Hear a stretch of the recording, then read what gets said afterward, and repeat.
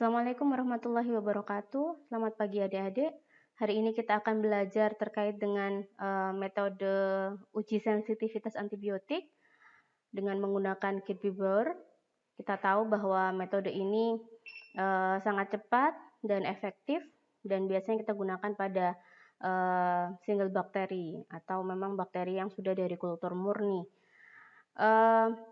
Diameter yang dihasilkan pada zona hambat di metode ini akan sangat terkait dengan penghambatannya saja, tetapi bukan membunuh bakteri itu secara langsung, sehingga kita bisa melihat bagaimana kekuatan dari antibiotik yang kita gunakan. Nanti ada biasanya kita menggunakan tabel CLSI untuk parameternya. Kita nanti bisa lihat ada sensitif, ada intermediate, bahkan ada resisten. Adik-adik sudah saya berikan di modul praktikum, silakan nanti dilihat, tidak harus dihafal, tapi memang tabel CLSI itu merupakan satu panduan buat kita untuk menentukan bahwa sebenarnya bakteri penyebab infeksi tersebut apakah masih bisa menggunakan antibiotik yang kita berikan atau tidak. Nanti akan sangat banyak kasus-kasus adik-adik yang temukan di rumah sakit terkait resistensi bakteri. Maka sebelum saya mulai secara lengkap, ada beberapa yang akan saya tunjukkan ke adik-adik. Ini terkait dengan metode difusi cakram yang kita gunakan. Ini kita streaking bakterinya dulu ya di medianya, tentu saja. Kemudian kita bagi plate-nya. Ini hanya sekilas saja. Kita menggunakan TE30. TE itu biasanya singkatan untuk tetrasiklin ya adik-adik ya. Nah, cara kerjanya seperti ini sebenarnya adik-adik. Ketika kita meletakkan cakram berisi antibiotik, maka dia akan berdifusi. Makanya namanya difusi cakram ya. Ini adalah beberapa beberapa yang kita gunakan, beberapa alat yang kita gunakan. Tentu saja kita pakai handscoon, kita pakai pinset, kemudian kita pakai di sini kita pakai cotton swab steril ya. Boleh menggunakan inokulum loop. Kalau kita praktikum biasanya pakai inokulum loop untuk membuat goresan atau membiakkan bakteri di media. Tapi memang kalau adik-adik tidak begitu expert atau belum bagus streakingnya, biasanya aman pakai cotton swab karena tidak akan merusak media perbenihannya. Kalau pakai inokulum loop itu atau bahkan inokulum needle itu biasanya banyak media yang akan rusak. Kemudian tentu saja kita butuh spidol untuk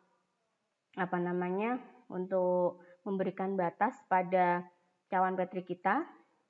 Kemudian ini adalah kali ini menggunakan 6 cakram disk yang berbeda, isinya pasti antibiotik yang berbeda pula. Kemudian ini adalah bakterinya yang kita siapkan untuk nanti kita tanam di media perbenihannya. Kemudian ini adalah media perbenihan yang kita gunakan. Kemudian ini tempat untuk membuang sampah atau nanti cotton swab steril yang sudah digunakan akan dibuang di sini. Untuk media perbenihan atau media yang kita gunakan untuk tes sensitivitas bakteri ini, sensitivitas antibakteri ini sebenarnya bisa bermacam-macam adik-adik. Hanya saja seringnya kita gunakan yang media di mana bakteri itu dengan mudah bisa tumbuh. Biasanya kita pakai nutrien agar, kita bisa pakai BHI juga. Kemudian kita juga bisa pakai Muller-Hinton agar, biasanya untuk beberapa bakteri khusus seperti Staphylococcus aureus itu kita pakai MHA. Itu lebih cepat tumbuhnya. Tapi kalau kita praktikum biasanya cukup nutrien agar saja sudah banyak bakteri yang bisa tumbuh. Kemudian ini di demonstrasi ini ada dua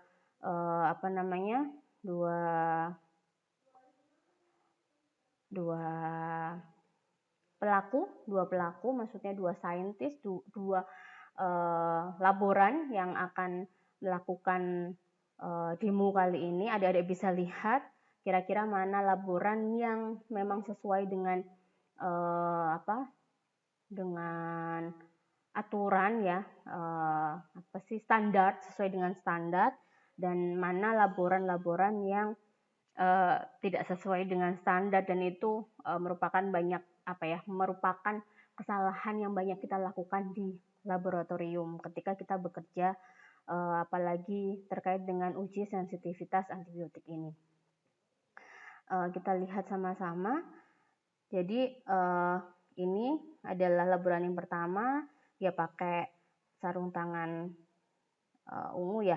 Kemudian ini kebalikannya pakai sarung tangan kuning, atau kita biasanya ngomongnya putih ya. Nah, ini disebutkan di video ini ada 9 kesalahan yang adik-adik bisa lihat. Adik-adik tahu nggak nanti kesalahannya di mana gitu ya. Jadi ini langkah pertama kita, setelah kita siapkan media perbenihan, kita beri label di bagian bawah dari medianya, bukan di tutupnya adik-adik, tapi di bagian bawahnya. Jadi bagian yang menempel pada media, di belakangnya kita balik, kita berikan keterangan tanggalnya, kemudian identifikasi. Kemudian ini hati-hati, perhatikan, ini harus tetap steril. Nah, sedangkan yang di sini kita pegang bagian ujungnya ya, bagian cotton swab-nya gitu. Kemudian kita tandai titik ini atau spot ini untuk menandai bagian mana yang nanti digunakan untuk mengambil koloni bakteri. Perhatikan adik-adik arahnya. Nah, karena kan memang bakterinya tidak terlihat ya adik-adik ya, sehingga black spot tadi itu berfungsi ketika kita melakukan streaking. Jadi kita pastikan bahwa memang kita meletakkan bakteri itu benar-benar pada media perbenihan. Kalau tidak diberi spot, black spot, maka akan bisa bingung mana yang tadi ada bakteri, mana yang tidak gitu ya. Dan ya, baru saja tadi kita lihat cara streakingnya ya, cara meletakkan bakteri di medianya.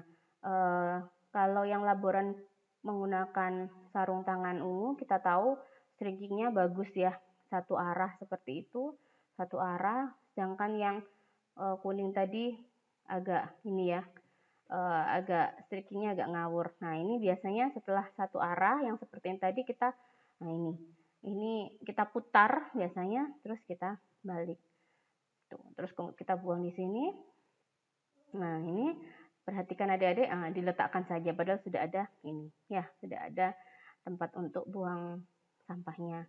Nah, setelah kita berhasil tadi men-streaking ke media, maka kita bagi plate-nya atau cawan petrinya menjadi 6. Itu semua tergantung mau berapa disk yang kita gunakan. Kalau cuma 5 ya 5 cukup, 4 cukup. Nah, jadi sangat tergantung dengan cakram yang kita punya dan ingin kita lakukan uji sensitivitasnya gitu ya. Biasanya memang 6 itu sudah maksimal adik-adik. Kalau mau 8 kita harus ambil plate yang lain juga gitu ya. Kemudian setelah itu kemudian kita siapkan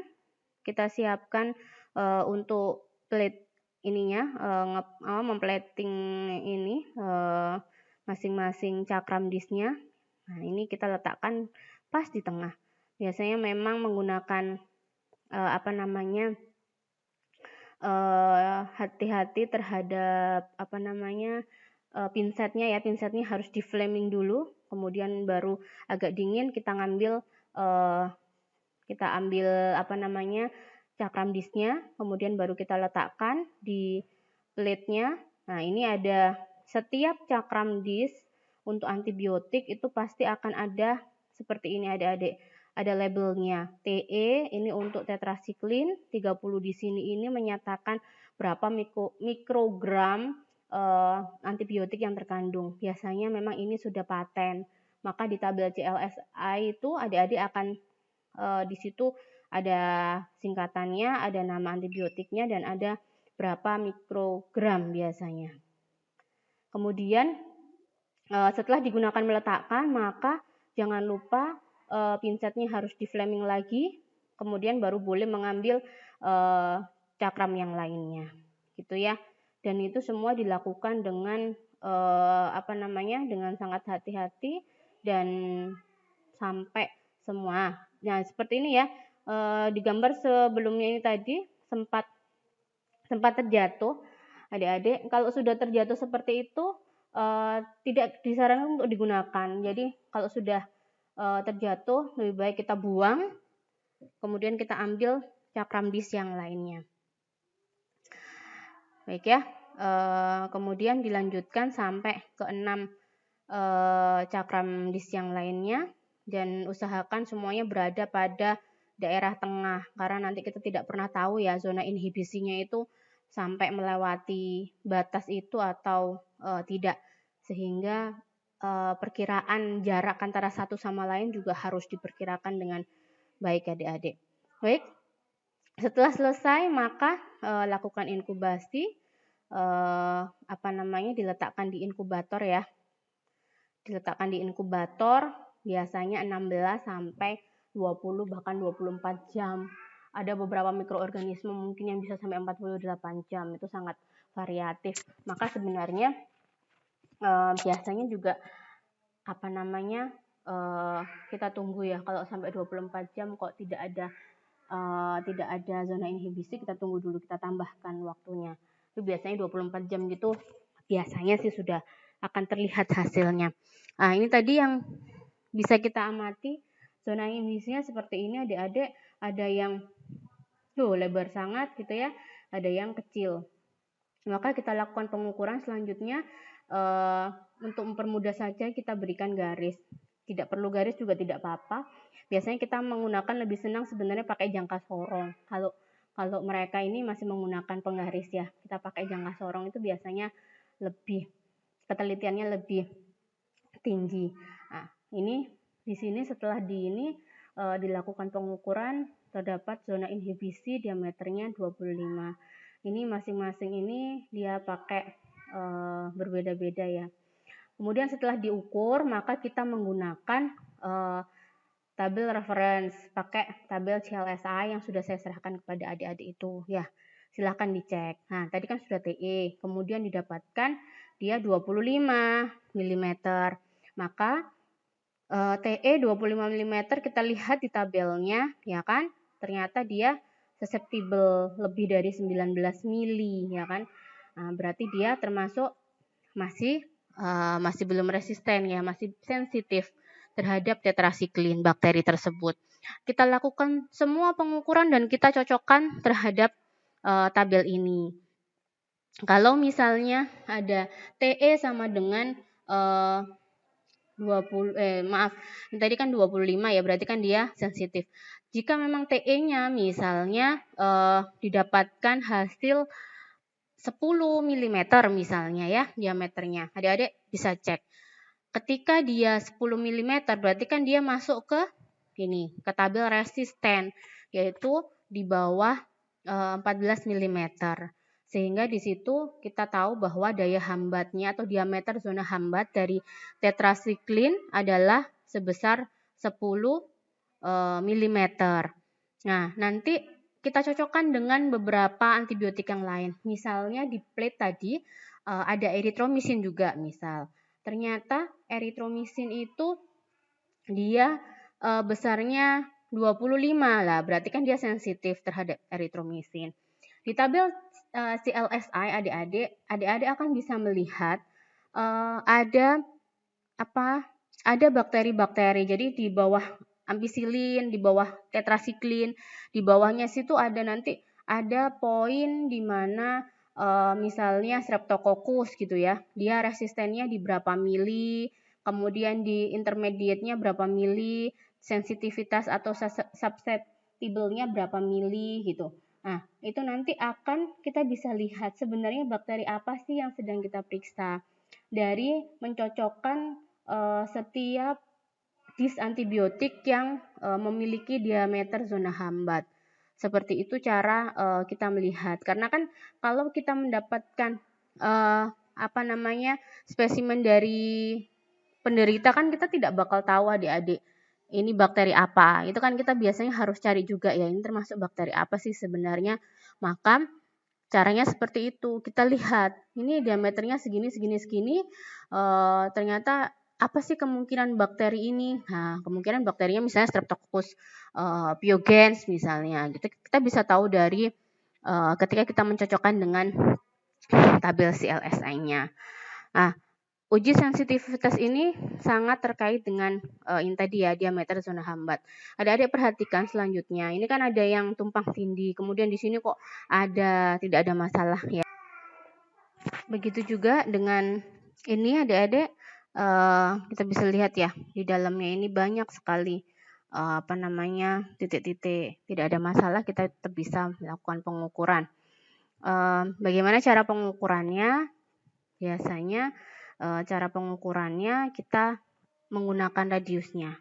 Jadi kita cek dari tengah sini, kemudian kita cari radiusnya berapa, kemudian kita kalikan 2. Seperti itu. Mudah, cuman ya seperti itu, kita harus expert. Ini tadi pengulangannya sedikit ya. Pengulangan sedikit.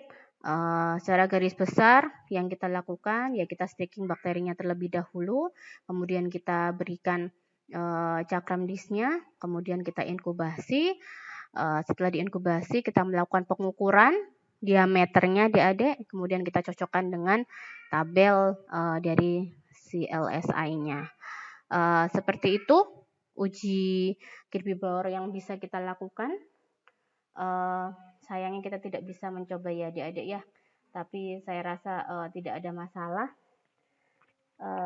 Ya semoga kita lain kali berkesempatan lah, karena ini sebenarnya sangat menyenangkan kalau kita bermain-main dengan praktikum di laboratorium mikrobiologi. Terima kasih dari saya, mohon maaf sementara ini yang bisa saya sampaikan. Assalamualaikum warahmatullahi wabarakatuh.